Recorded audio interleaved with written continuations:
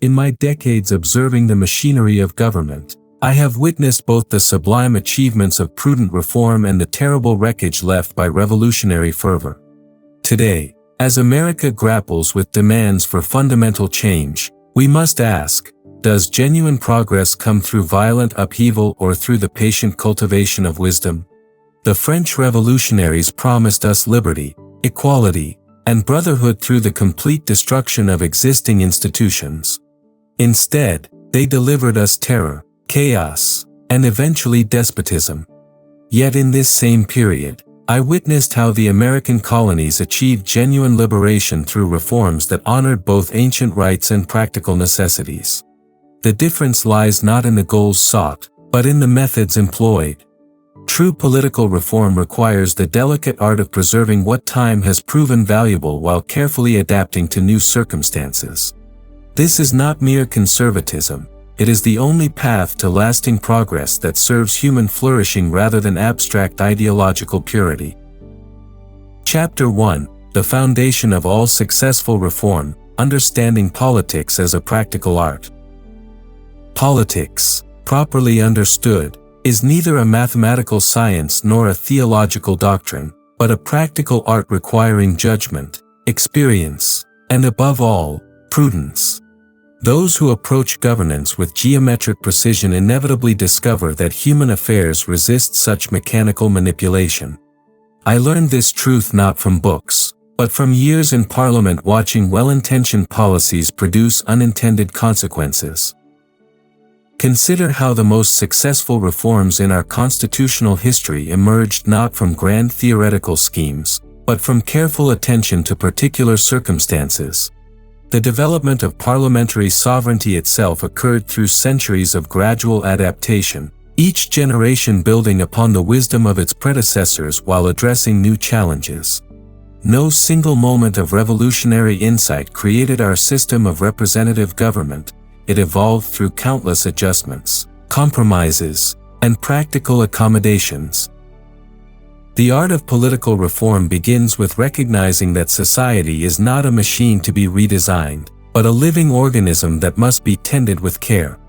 When we attempt to rebuild human institutions from abstract principles, we invariably destroy the delicate connections that make social life possible. The French Assembly believed they could construct an entirely new political order based on pure reason.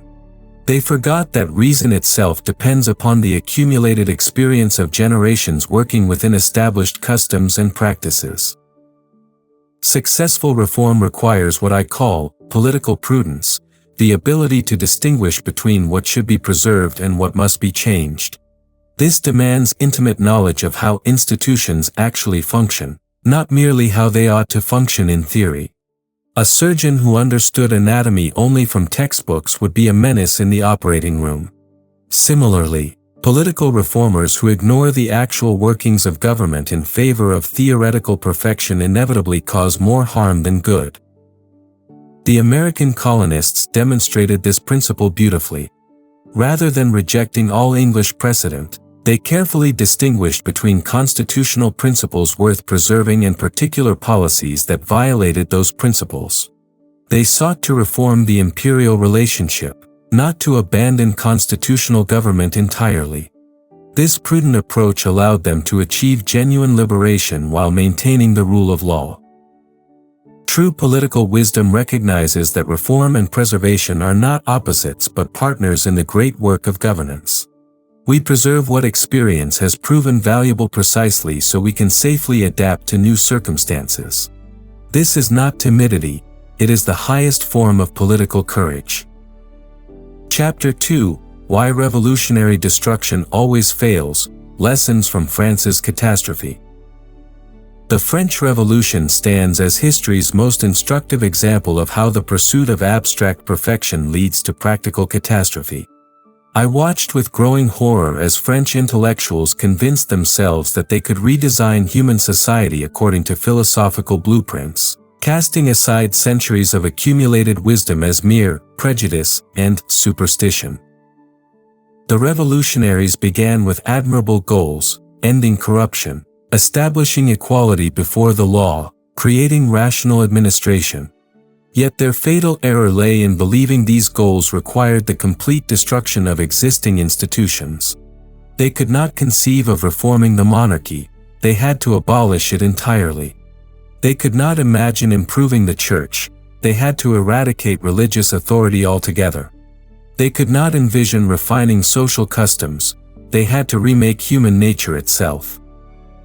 This totalizing approach revealed a fundamental misunderstanding of how societies actually function. Institutions are not arbitrary impositions upon human freedom, but organic developments that serve essential functions.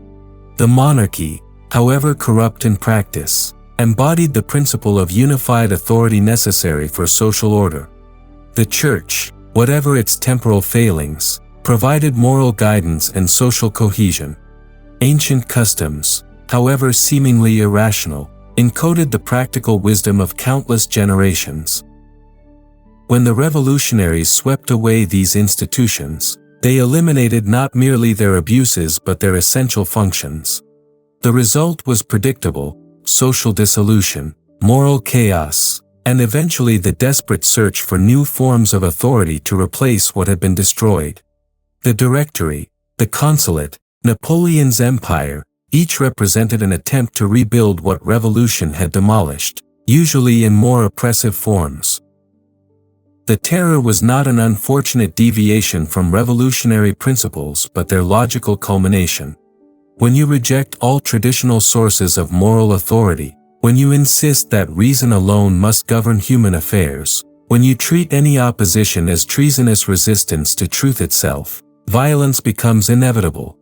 The Committee of Public Safety was not betraying the revolution, it was implementing its deepest logic. Contrast this with the English approach to reform.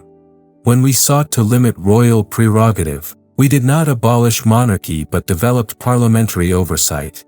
When we addressed religious conflict, we established toleration while maintaining established institutions.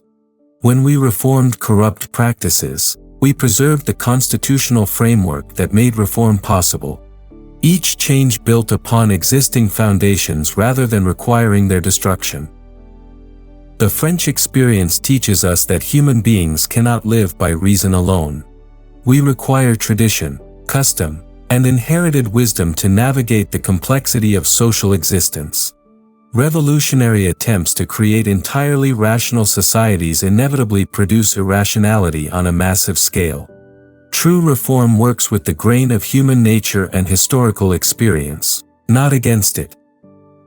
This lesson remains urgently relevant for contemporary America, where many demand revolutionary transformation of basic institutions.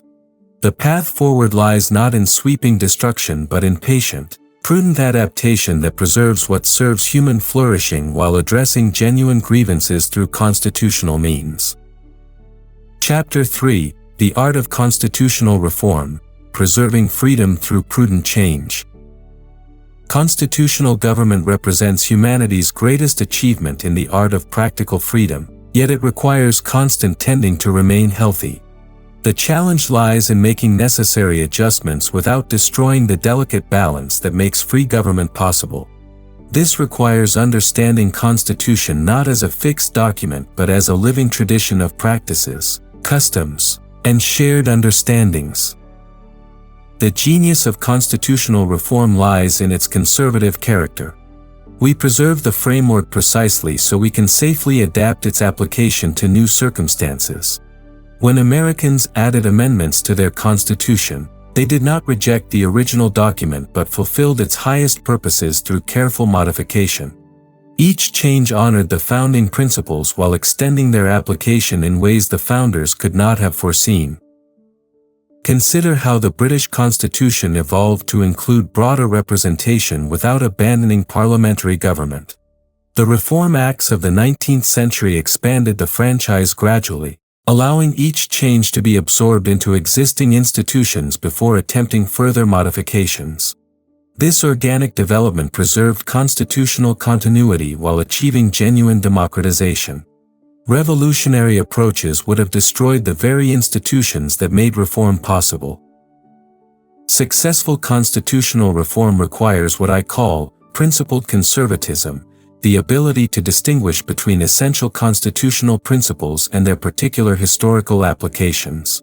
The principle of representative government remains constant, but its practical implementation must adapt to changing social conditions. The principle of limited government endures, but the specific limitations must address contemporary concentrations of power.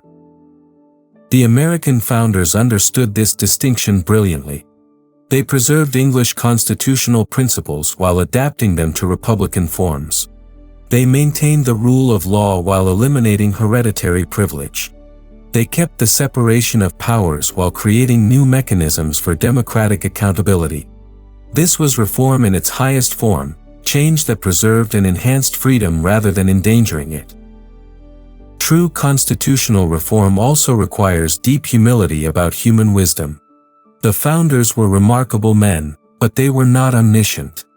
They created a framework capable of growth and adaptation because they recognized their own limitations.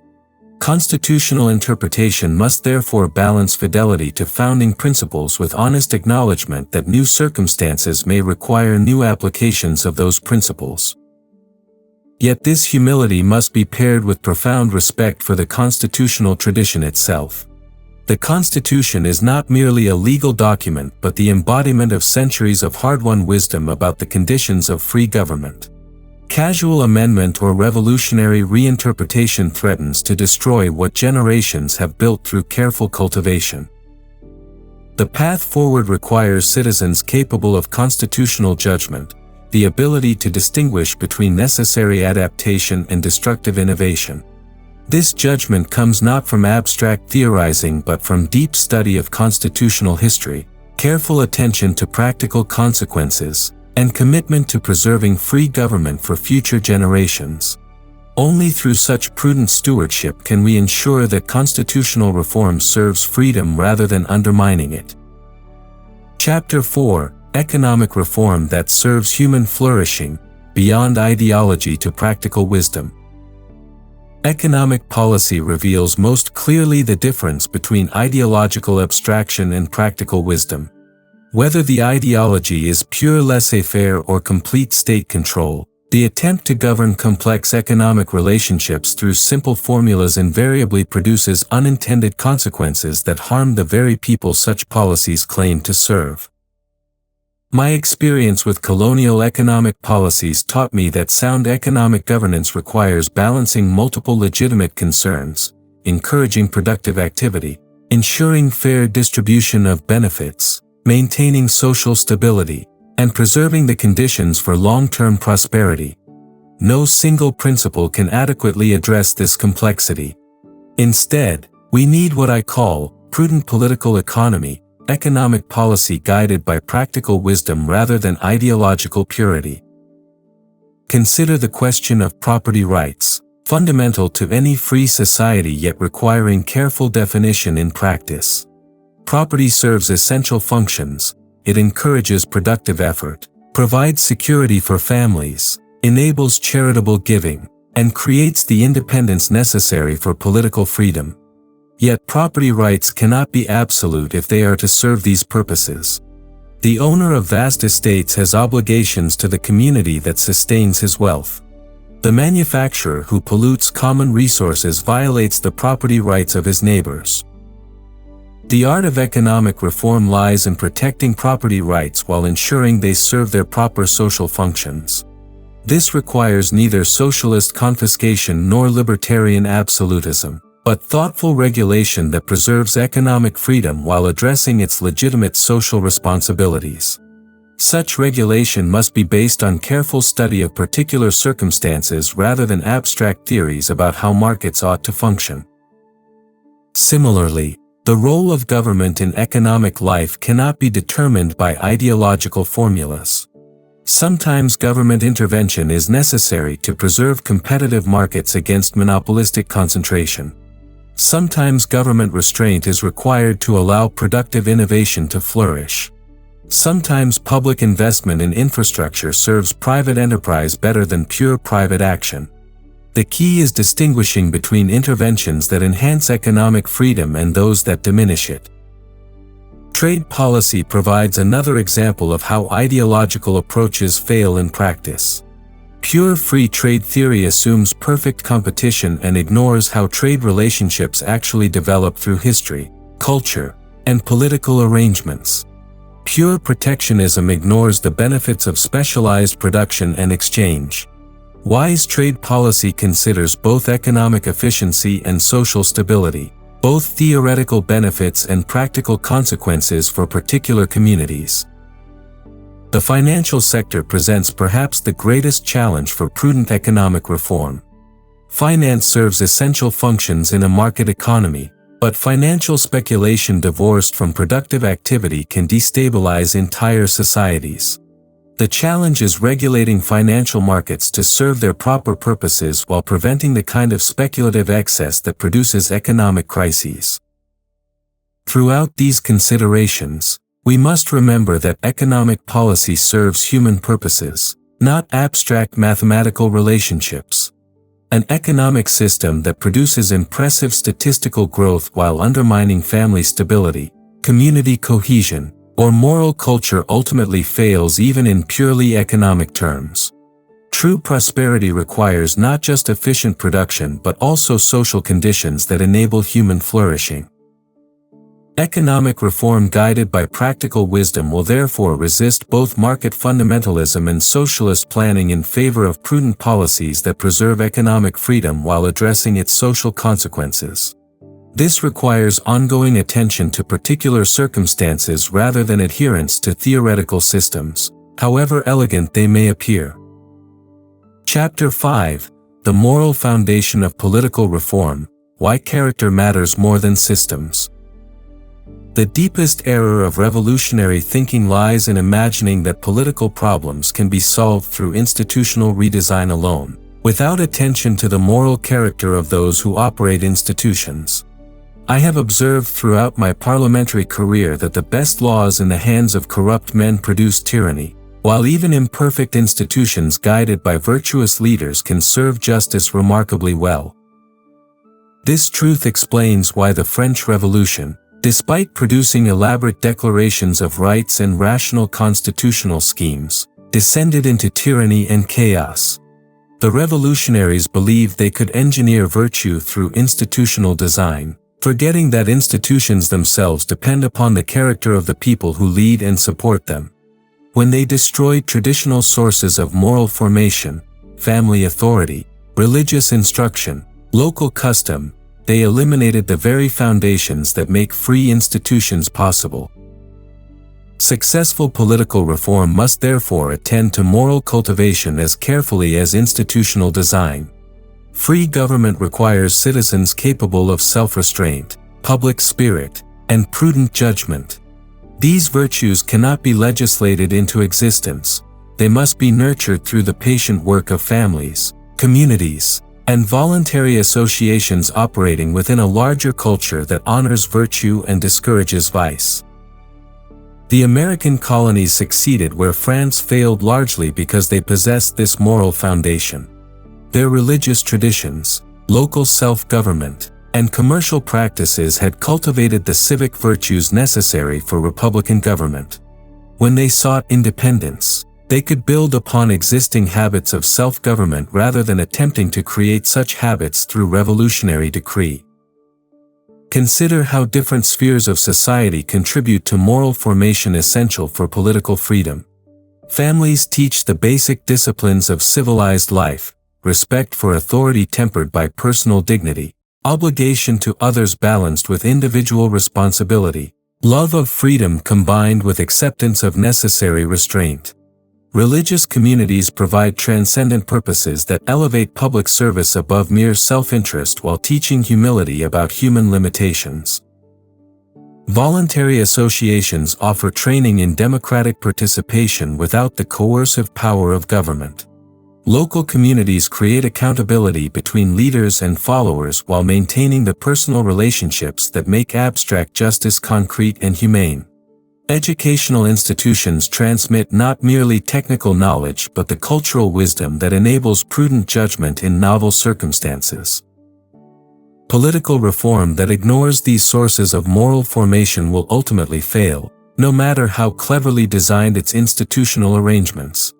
Conversely, reform that strengthens these moral foundations while making careful institutional adjustments has the best chance of achieving lasting improvement in human affairs. This insight has profound implications for contemporary American politics. Many current problems stem not from defective institutions but from the erosion of moral culture that makes good institutions possible. Restoring effective governance therefore requires not just political reform but cultural renewal, the patient work of rebuilding the habits, customs, and voluntary associations that form virtuous citizens. Such cultural renewal cannot be accomplished through government action alone, though government can either support or undermine the conditions for moral formation. The most important work happens in families, churches, schools, and communities where character is actually formed through daily practice rather than political rhetoric. True political reform thus requires a multi-generational perspective that prioritizes moral cultivation alongside institutional improvement. This is slow work that resists the immediate gratification of revolutionary transformation, but it offers the only reliable path to lasting political improvement that serves human dignity and freedom. Chapter 6: Federalism and Local Governance: The Wisdom of Distributed Authority. The principle of federalism represents one of humanity's greatest discoveries in the art of government: how to unite diverse communities for common purposes while preserving the local autonomy essential for human flourishing. My experience defending American colonial rights taught me that political authority works best when distributed across multiple levels, each suited to particular functions and responsive to particular communities. The genius of federal arrangements lies in recognizing that different governmental functions require different scales of organization. Defense, foreign relations, and interstate commerce benefit from unified direction at the national level. Education, local development, and community standards work best under local control where citizens can directly participate in decisions affecting their daily lives. Marriage, family relations, and moral formation properly belong to civil society rather than government at any level.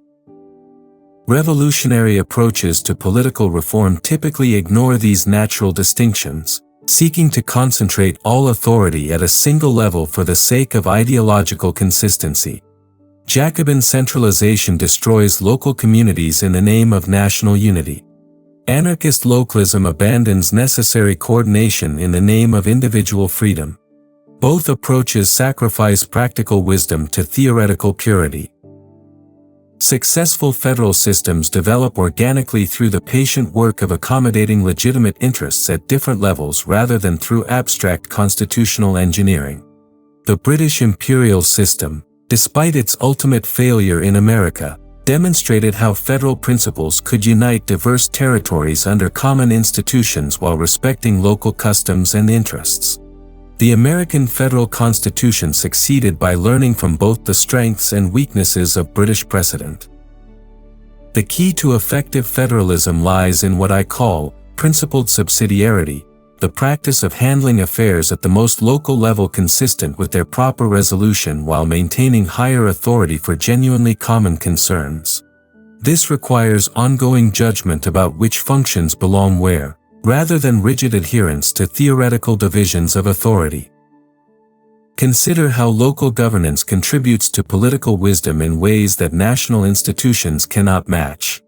Local officials must face their neighbors daily, creating accountability that distant bureaucrats never experience. Local policies can be tested on a small scale before broader application, allowing course corrections that prevent large-scale failures. Local communities can adapt general principles to particular circumstances in ways that uniform national policies cannot achieve. Yet local governance also has limitations that federal arrangements must address. Local majorities can oppress minorities just as effectively as national ones. Local interests can conflict with legitimate regional or national concerns. Local knowledge, however valuable, may miss broader patterns that require wider perspective. Effective federalism balances local autonomy with necessary coordination and oversight. The American experience offers instructive examples of both successful and failed approaches to federal reform. The gradual expansion of federal authority during the Progressive Era and New Deal addressed genuine problems of interstate coordination while preserving essential local functions. However, subsequent centralization has often ignored subsidiarity principles, concentrating decisions in Washington that could be better made closer to home. Contemporary challenges require renewed attention to federal principles rather than their abandonment.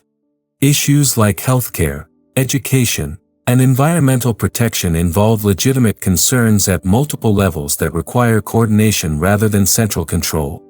Immigration and trade affect local communities while requiring national policy coordination. Technology creates new forms of interstate activity that challenge traditional jurisdictional boundaries. The path forward requires patient constitutional statesmanship that distinguishes between necessary federal coordination and unnecessary federal control. This means strengthening local institutions while improving their capacity to address regional and national concerns through voluntary cooperation rather than federal mandate. It means recognizing that effective governance requires both unity and diversity, both coordination and autonomy, both national purpose and local wisdom. Chapter 7: Applying Burkean Wisdom to American Political Reform, A Practical Agenda. The application of conservative principles to American political reform requires careful attention to the particular genius of American institutions while learning from the broader experience of constitutional government. America's founders created a remarkable synthesis of classical political wisdom and modern democratic innovation that remains worthy of preservation through prudent adaptation to contemporary circumstances. The American Constitution embodies Burkean principles in its very structure. Separation of powers prevents dangerous concentration of authority. Federalism balances unity with diversity. Representative institutions filter popular will through deliberative judgment, and amendment procedures allow careful modification without revolutionary disruption. These features have enabled America to achieve unprecedented stability and prosperity while accommodating enormous social and economic changes. Yet contemporary challenges require thoughtful constitutional renewal that honors founding principles while addressing their modern applications. The growth of administrative agencies, for instance, represents a necessary adaptation to complex governance requirements, but it must be reconciled with constitutional principles of accountability and separation of powers. The expansion of federal authority addresses genuine national concerns while threatening the local autonomy essential for democratic participation. Consider how Burkean principles apply to specific areas of needed reform. Campaign finance reform should focus less on limiting political speech than on strengthening the institutions that form civic character, families, communities, voluntary associations, and educational institutions that enable citizens to make informed judgments about public affairs. Constitutional money must be balanced against democratic accountability through transparency and voluntary self-restraint rather than comprehensive regulation.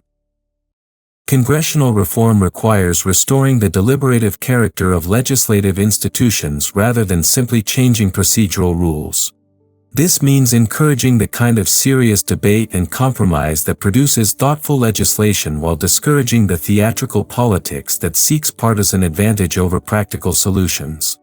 Such reform begins with members committed to governing rather than mere position-taking. Judicial reform should focus on restoring the proper relationship between legal interpretation and democratic governance. Courts should protect constitutional principles while respecting the authority of elected officials to make policy choices within constitutional bounds. This requires judges trained in constitutional interpretation rather than policy advocacy, and confirmation processes that evaluate legal qualifications rather than ideological compatibility. Administrative reform must balance the need for competent governance with democratic accountability. This means strengthening civil service professionalism while ensuring that administrative agencies remain responsive to elected officials and ultimately to the people. It means improving regulatory effectiveness while preventing the kind of bureaucratic overreach that undermines both economic freedom and democratic governance. Electoral reform should strengthen the connection between representatives and constituents rather than pursuing abstract theories of perfect representation. This might include larger House districts that enable more serious campaigns, longer terms that allow governing rather than constant campaigning, and civic education that prepares citizens for meaningful political participation rather than mere voting. Perhaps most importantly, American political reform must address the cultural foundations that make constitutional government possible. This requires strengthening institutions of civil society, families, religious communities, voluntary associations, local governments, that form the civic virtues essential for free government. It requires educational reform that transmits constitutional wisdom rather than merely technical skills or ideological orthodoxies. Such cultural renewal cannot be accomplished through government action alone, but government can either support or undermine the conditions for civic virtue. Policy should strengthen rather than weaken family stability, encourage rather than discourage religious practice, support rather than supplant voluntary association, and enhance rather than diminish local self-government. The ultimate goal of Burkean reform is not perfect government, an impossible dream that leads to dangerous experimentation, but better government that serves human flourishing within the constraints of human nature and historical circumstance. This requires ongoing attention to both institutional improvement and moral cultivation, both preserving what works and adapting to what changes, both honoring tradition and embracing prudent innovation. Conclusion. The choice before every generation remains constant. Will we preserve and improve the inheritance of free government through patient reform, or will we gamble everything on revolutionary promises of perfection? History offers clear guidance. The path of prudent reform, however slow and imperfect, leads to genuine progress that serves human dignity and freedom. The path of revolutionary transformation, however appealing its promises, leads invariably to chaos, tyranny, and the desperate reconstruction of what was foolishly destroyed. True political wisdom lies in cultivating the virtues necessary for free government while carefully adapting our institutions to serve their proper purposes under changing circumstances. This work requires not the passion of the revolutionary but the patience of the gardener, tending what grows naturally while pruning what threatens the health of the whole. In this great work of constitutional stewardship, each generation must choose between the wisdom of experience and the illusions of ideology. Choose wisely, for the stakes could not be higher.